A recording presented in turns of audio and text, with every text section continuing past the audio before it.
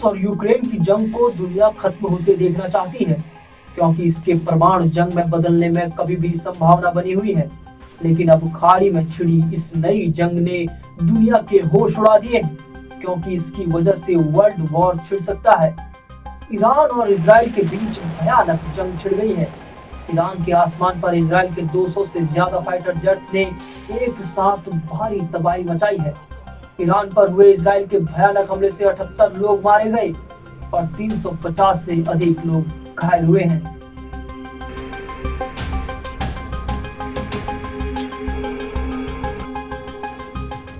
Israel हमले के जवाब में ईरान ने प्रॉमिस 3 ऑपरेशन के तहत 150 बैलिस्टिक मिसाइलें इजराइल की ओर दागी, जिनमें से 6 तेल अवीव में गिरी, जिससे 2 लोगों की मौत हो गई और 90 से अधिक लोग घायल हुए हैं। वार पलटवार में दोनों तरफ से जमकर तबाही मची है। दोनों देशों के कई शहरों में मिसाइलों ने कहर बरपाया है। इजराइल के हमलों में ईरान के कई प्रमुख ठिकानों को निशाना बनाया गया। तेहरान, सिराज और करज जैसे शहरों में धमाकों की आवाजें सुनाई दी। तेहरान में इमाम खुमैनी अंतरराष्ट्रीय हवाई अड्डे के पास विस्फोट हुए, जबकि सिराज और करज में भी सैन्य ठिकानों को निशाना बनाया गया।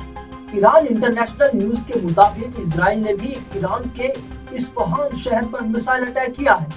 ईरानी न्यूज एजेंसी तस्मीर समाचार ने खबर दी कि पूर्वी तेहरान के हकीमिये और तेहरान पर्स इलाकों में तेज धमाकों की आवाज सुनी गई है। इजराइल ने इन ठिकानों पर सटीक हवाई हमले किए, जिससे ईरान को भारी नुकसान हुआ। वहीं ईरान ने भी इजराइल के महत्वपूर्ण ठिकानों को निशाना बनाया। तेल अवीव और यरूशलेम में ईरानी बैलिस्टिक मिसाइलों से हमले किए, जिससे इन शहरों में सायरन बजने लगे और लोग बंकरों में शरण लेने लगे। ईरान के हमले के बाद इजराइल की राजधानी तेल अवीव और यरूशलेम में लगातार सायरन बज रहे हैं। इजरायली सेना ने कहा कि उसका एयर डिफेंस सिस्टम ईरानी हमलों को रोकने के लिए काम कर रहा है। अधिकारियों ने लोगों से सुरक्षित ठिकानों पर जाने की अपील की है।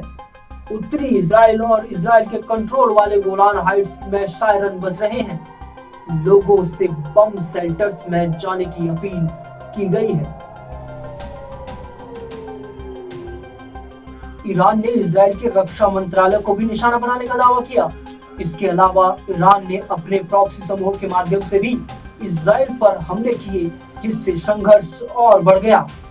इन हमलों के बाद इजराइल और ईरान दोनों ने एक दूसरे को कड़ी चेतावनी दी। ईरान के सर्वोच्च नेता आयतुल्लाह अली खामेनेई ने इजराइल को बर्बाद करने की कसम खाई, जबकि इजराइल के प्रधानमंत्री बेंजामिन नेतन्याहू ने ईरान के खिलाफ सैन्य अभियान जारी रखने की बात कही।